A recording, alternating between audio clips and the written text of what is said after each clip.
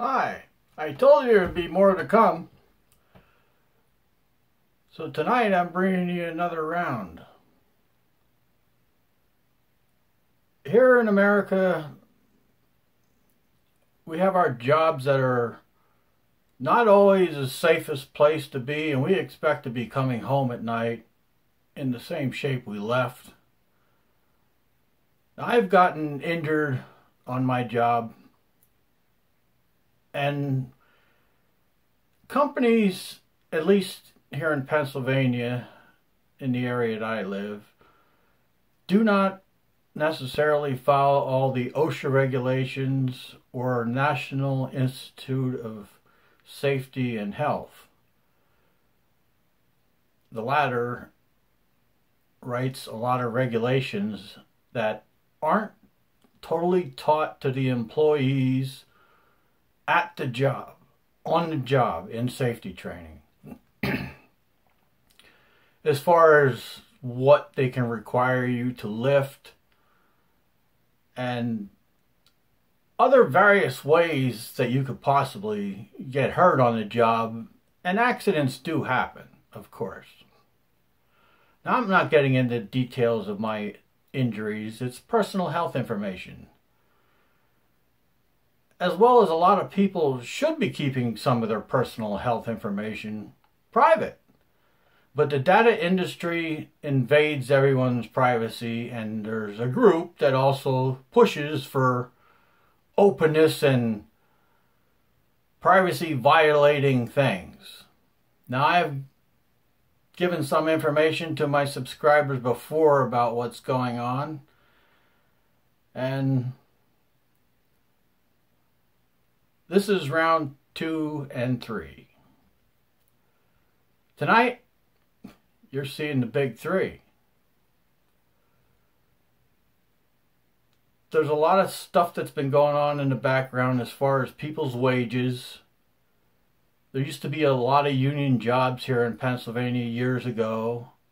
Manufacturing light fixtures and stuff from IBU union, and a lot of other union stuff which I've also mentioned before, which you're seeing tonight. Now, the other side of that is what the history is that's gone on here in Pennsylvania, and wage cutting operations and a privacy invading method of data collection to cut wages by the use of the collection of data. I'll start with something a little more that you can comprehend. Human Resources has access to every employee's after-hours enjoyment and whatever else there may be. Many of you probably don't know that, and it can cause a very big conflict of interest in your work-life balance. Now, when you punch out on the clock for the day, you expect to be able to do what you enjoy without having someone invading your privacy and your enjoyment on your time off, because you got to go the next day and do it all over again.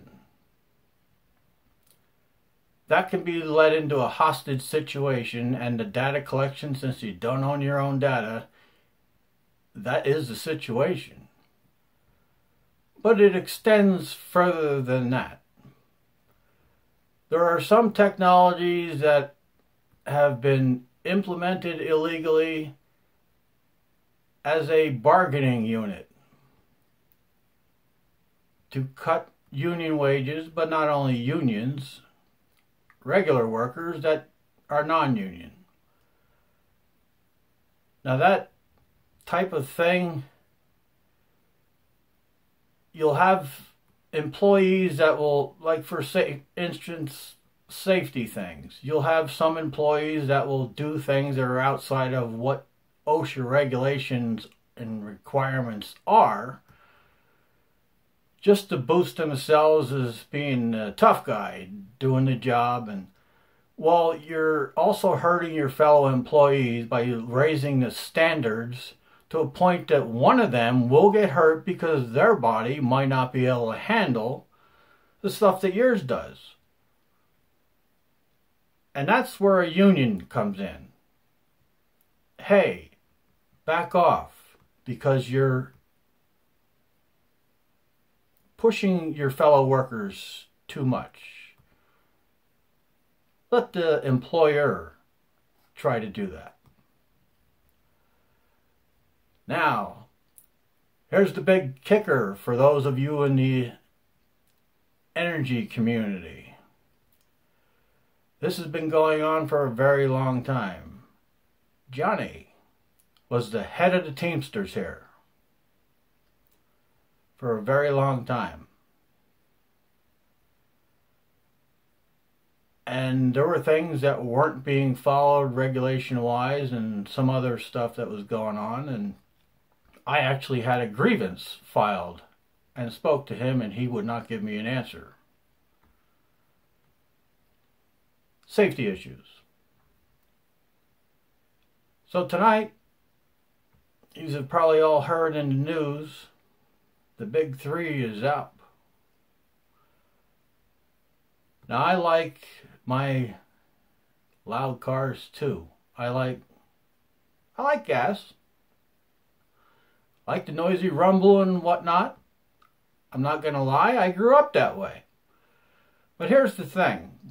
Things are getting expensive and we need more fuel efficiency.